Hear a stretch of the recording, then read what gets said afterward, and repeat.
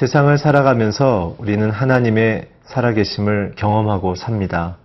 그 경험하심이란 하나님의 우리 인생을 향한 통치의 뜻인데요. 세상 사람들의 리더십 속에, 우리의 인생 속에 그 하나님의 살아계심을 어떻게 고백하며 어떻게 발견해야 될지 오늘 묵상을 통해서 함께 보도록 하겠습니다.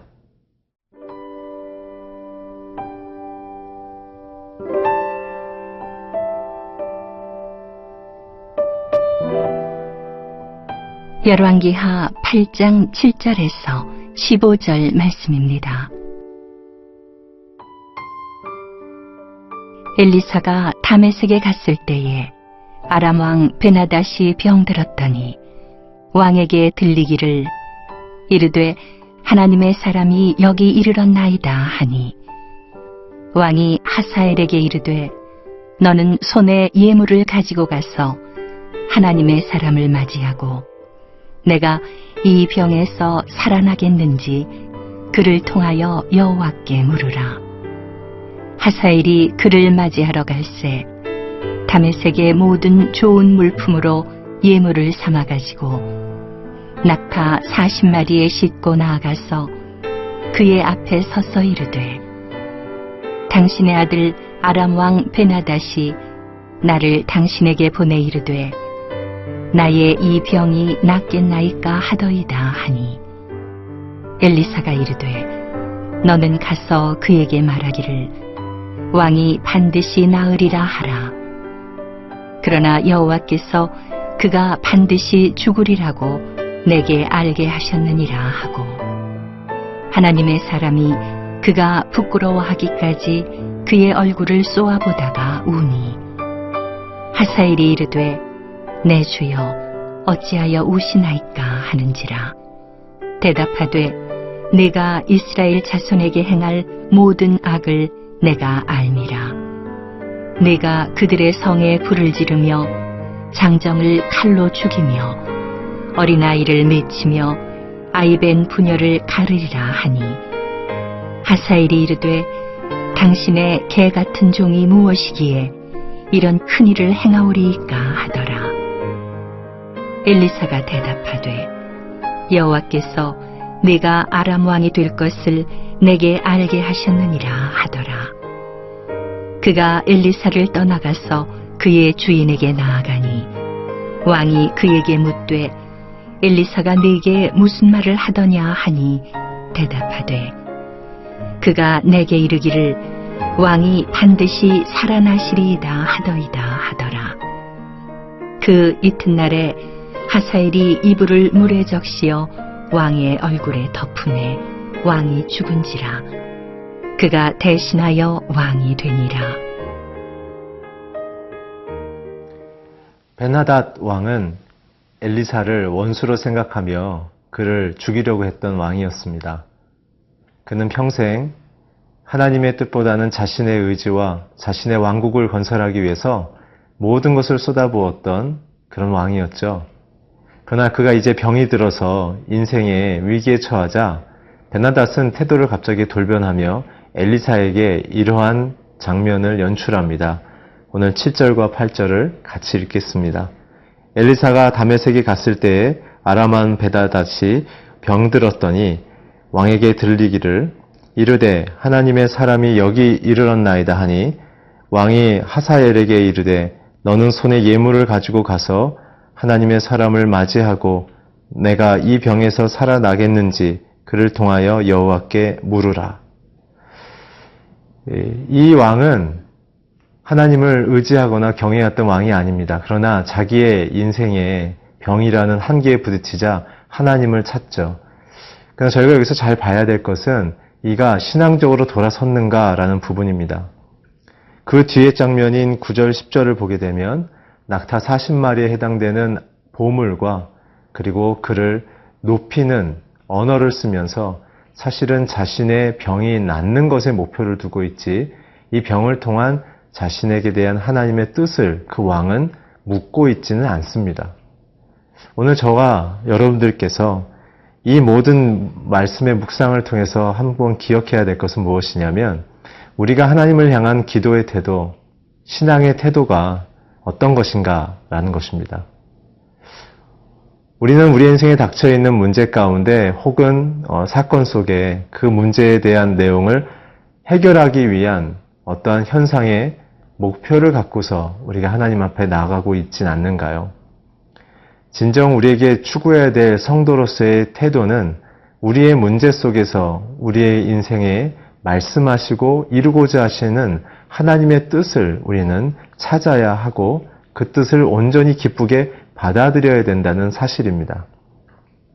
오늘 이 왕은 자신의 인생 속에 주어진 왕으로서의 권위와 힘을 오로지 자기의 영광과 국가의 팽창을 위하여 썼던 것이죠. 결국은 자기의 힘을 과시하며 자기가 누군지를 그 시스템을 통해서 증명해 보이려고 했던 것입니다. 그것이 상당히 위험한 것이죠. 하나님은 그러나 우리에게 뭐라고 얘기하십니까? 너에게 주어진 내용이 재능이지 목표가 아니란 사실입니다. 우리는 때로는 돈을 많이 벌기 위해 삽니다. 유명해지기 위해 삽니다. 혹은 사람들에게 인정받기 위해 삽니다. 재정이나 인정이나 명예는 하나님께서 주시는 귀한 선물인 것은 맞습니다. 그러나 그것이 목표가 되어지는 순간 하나님은 사라지게 되는 것이죠. 성도의 진정한 목표는 사명입니다. 하나님이 내게 주신 삶의 재정과 사회적인 리더십과 이 달란트를 통해 나는 무엇을 추구해야 하는가? 하나님의 뜻을 어떻게 이루어 드려야 하는가? 목적을 하나님께 두어야 하는 것이죠. 그래서 우리는 사명을 따라 살아야 하는 것이지 재능을 완성하기 위해서 살아가는 것은 위험한 것입니다. 오늘 이 왕의 태도를 통해서 우리는 참된 겸손이 무엇인가?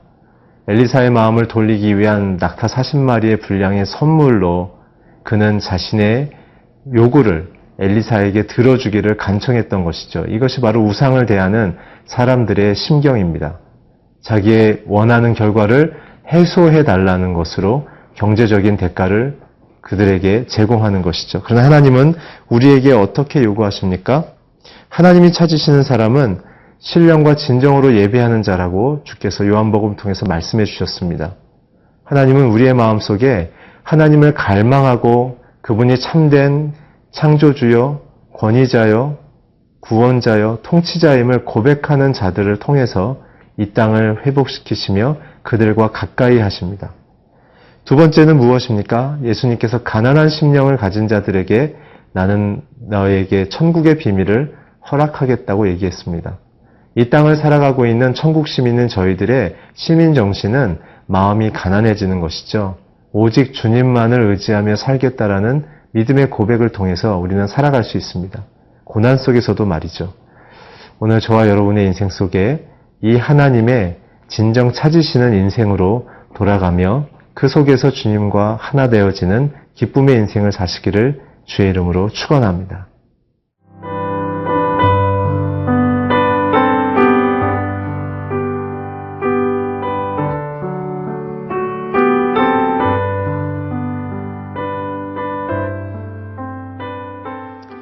베나닷의 건강에 대한 문제의 소식을 들은 엘리사는 오히려 화제를 그 소식을 갖고 온 하사엘에게 돌리고 있습니다. 오늘 본문 11절부터 함께 같이 읽겠습니다. 하나님의 사람이 그가 부끄러워하기까지 그의 얼굴을 쏘아보다가 우니 하사엘이 이르되 내 주여 어찌하여 우시나이까 하는지라. 대답하되 내가 이스라엘 자손에게 행할 모든 악을 내가 알미라. 내가 그들의 성에 불을 지르며 장정을 칼로 죽이며 어린아이를 맺히며 아이벤 부녀자를 가르리라 하니 하사엘이 이르되 당신의 개같은 종이 무엇이기에 이런 큰 일을 행하오리까 하더라. 엘리사가 대답하되 여호와께서 내가 아람 왕이 될 것을 내게 알게 하셨느니라 하더라. 하사엘이 자신이 섬기는 왕을 위해 온 것이 아니라 그 안에 품고 있는 그러한 야심을 하나님께서 엘리사에게 폭로하시는 장면이 오늘 기록되어져 있습니다. 베나닷의 하나님을 경외하지 않는 삶의 태도는 또 다른 위협을 부르고 있다는 사실을 오늘 우린 본문을 통해서 보고 있습니다. 진정 사회적인 영광과 권위의 핵심은 무엇입니까?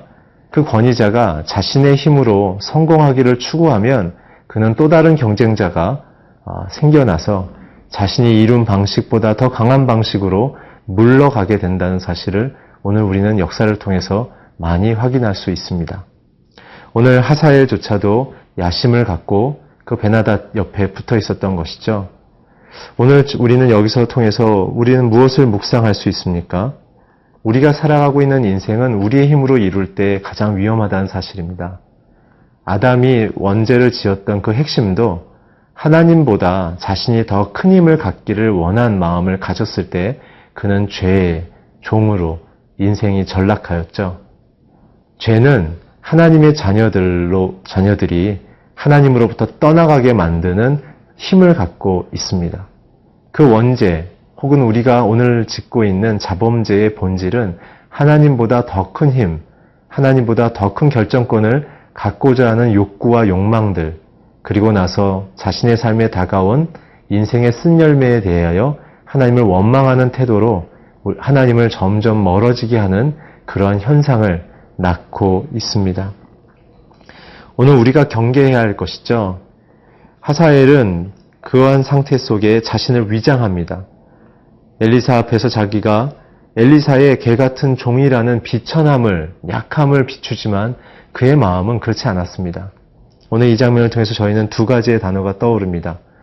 위선과 겸손을 어떻게 구분해야 할 것인가? 위선은 자신의 뜻을 감추는 것이고 겸손은 자신의 뜻을 하나님 앞에서 낮추는 것입니다. 이 감추기와 낮추기, 이 두 가지 속에서 우리는 스스로 속고 있는 상황들이 참 많죠. 오늘 우리의 마음속에 진정 인생의 복을 누릴 수 있는 심적인 상태는 어떤 것인가? 그것은 하나님이 나의 왕임을 고백해야 합니다. 베나닷과 하사엘은 자기가 왕이 되려고 했죠. 오늘 우리의 인생을 진정 통치하시며 선정을 베푸시는, 정말 우리를 살리기 원하시는 사람은 우리 자신보다 하나님이란 사실을 우리는 믿음으로 고백해야 합니다. 그것에 대한 증표가 바로 자신의 아들인 예수 그리스도를 십자가에 죽이시는 사건을 우리에게 증명해내신 것입니다. 하나님의 사랑은 우리의 인생 가운데 이렇게 깊이 들어와 있습니다. 그러기에 우리는 우리의 인생을 맡기기에 조금도 주저함이 없어야 합니다. 사랑하는 성도 여러분, 주님이 우리를 위하여 생명을 다하기까지 사랑해 주신 그것 하나만으로 우리는 진정 주님 앞에 참된 겸손의, 기쁨의, 평화의 인생을 살 수 있습니다. 그 인생을 살아가는 저와 여러분이 되기를 주의 이름으로 축원합니다. 기도하겠습니다. 좋으신 하나님, 우리의 마음속에 주 앞에 진정 하나님의 뜻만을 소중히 여기며 우리 자신을 낮추는 인생으로 겸손히 살게 하여 주십시오. 우리의 인생의 왕이 되어 주심을 감사합니다. 예수 그리스도의 이름으로 기도했습니다. 아멘.